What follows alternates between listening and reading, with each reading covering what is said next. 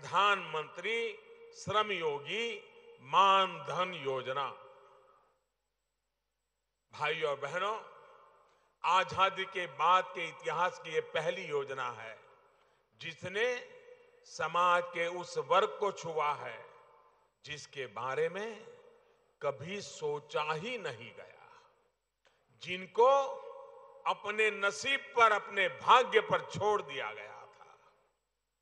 नारे खूब लगाए गए, राजनीति करने में कोई कसर नहीं छोड़ी गई। किसी ने गरीबी हटाने के नारे लगाए, कुछ लोग अपने आप को मजदूरों का मसीहा कहने लगे।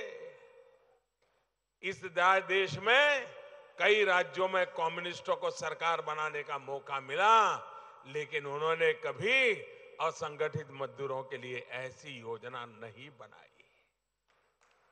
गरीबों के नाम पर वोट बटोर लेने वालों ने 55 साल देश पर राज किया, उनको ये योजना याद नहीं आई।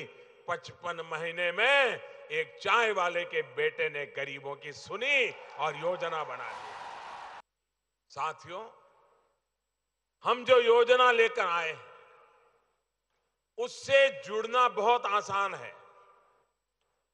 कोई भी गरीब, अनपढ़ भी हो, घर काम करने वाली मां हो, वो भी आसानी से जुड़ सकती है। यहां इस मंच पर आपको पहले भी जानकारी दी गई है, लेकिन मैं देश के करोड़ लोग इसको सुन रहे हैं, इसलिए जरा विस्तार से बताना चाहता हूं ताकि आपको और देश में मेरे किसी श्रमिक भाई बहन को कोई भ्रम न हो और वो इस योजना की अहमियत और बारीकियों को समझ सके।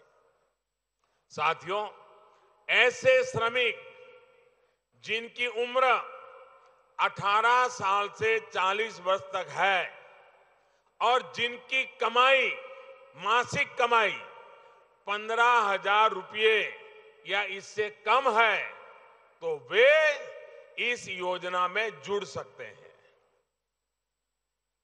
योजना का हिस्सा बनने के लिए आपसे हर महीने 55 रुपये से लेकर के 200 रुपये तक का मामूली अंशदान लिया जाएगा। कोई किसी का 55 होगा, किसी का 80 होगा, किसी का 90 होगा, किसी का 100 होगा। और आपको कितना योगदान देना है, ये आप आज किस उम्र के हैं इसके आधार पर तय करेगा होगा। जितना आप अंशदान देंगे, आज आप जो कुछ भी कमाते हैं आपकी मेहनत की कमाई करते हैं, सरकार उसमें कुछ डालती नहीं है, लेकिन ये योजना ऐसी है कि आप इसमें जितना अंशदान देंगे उतने ही पैसे मोदी सरकार भी जमा करवाएगी। अगर आप हर महीने 100 रुपया देंगे तो हम भी उनमें 100 रुपया नया और डालेंगे। अगर आप हर महीने 110 रुपया देंगे तो हम भी 110 रुपया डालेंगे। अगर आप हर महीने 150 रुपया देंगे तो हम भी इसमें 150 रुपया डालेंगे। और साथियों, हमने ध्यान रखा है कि आपको ये सुविधा लेने के लिए कोई ज्यादा कागज वागज के चक्कर में न पड़ना पड़े, क्योंकि ये योजना पढ़ा लिखा हो, अनपढ़ हो, गांव का हो, शहर का हो, पुरुष हो, स्त्री हो, घर में काम करता हो, मजदूरी करता हो, खेत में काम करता हो, कारखाने में काम करता हो, सबके लिए है। योजना का हिस्सा बनने के लिए बस मेरे श्रमिक साथियों को अपने नजदीकी कॉमन सर्विस सेंटर में जाना होगा। वहां एक फॉर्म भरवाया जाएगा जिसमें आपके आधार नंबर और बैंक में जो जनधन खाता है उसकी जानकारी चाहिए। बाकी कोई कागज आपको जमा नहीं करना पड़ेगा। आपका काम सर्विस सेंटर पर सिर्फ कुछ ही मिनट में हो जाएगा। और यही तो है डिजिटल इंडिया का कमाल। डिजिटल इंडिया का मजाक उड़ाने वाले, उसे गंभीरता से न लेने वाले कॉमन सर्विस सेंटर की अहमियत कभी समझ ही नहीं पाए। साथियों, 2014 से पहले देश में जहां लगभग 80,000 कॉमन सर्विस सेंटर थे, वहीं अब हमारी सरकार में इनकी संख्या बढ़कर के 3 लाख से ज्यादा हो गई है।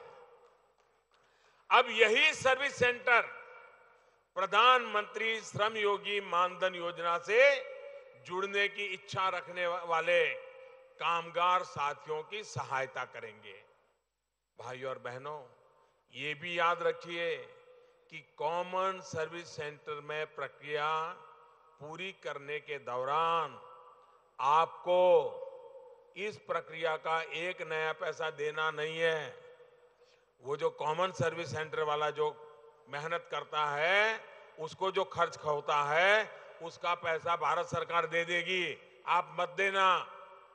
ये याद रखना, 30 रुपया जितना उसका खर्च होगा वो भारत सरकार कॉमन सर्विस सेंटर वालों को दे देगी, ताकि मेरे मजदूर भाई बहन को ये 30 रुपया उसके जेब से देना न पड़े। दूसरी बात ये भी ध्यान रखिए कि आप कितना कमाते हैं, इसका प्रमाण देने की आपको जरूरत नहीं है। आप 15,000 कमाते, 15,000 से कम कितना कमाते, 9,000 की, 11,000 की, 12,000, आपको कोई सर्टिफिकेट देने की जरूरत नहीं है। ये मोदी को आपकी ईमानदारी पर भरोसा है और मेरा देश के मजदूरों पर, देश के गरीबों की ईमानदारी पर सबसे ज्यादा भरोसा है। साथियों, फॉर्म भरने के बाद आप उनको अपने अंशदान की पहली किस्त वहां नकद जमा करानी होगी, पहली किस्त, और उसके बाद हर महीने आपके बैंक खाते से आपका अंशदान कटता रहेगा। फिर आपको कहीं जाने की जरूरत नहीं पड़ेगी। आपके खाते से पेंशन का अंशदान कटा है, इसका संदेश आपके मोबाइल फोन पर आपको मिल जाया करेगा। भाइयों और बहनों, इतना भर करने से आप 60 वर्ष के बाद कम से कम, ये ज्यादा भी लिया जा सकता है, कम से कम 3,000 रुपये की नियमित पेंशन के हकदार हो जाएंगे।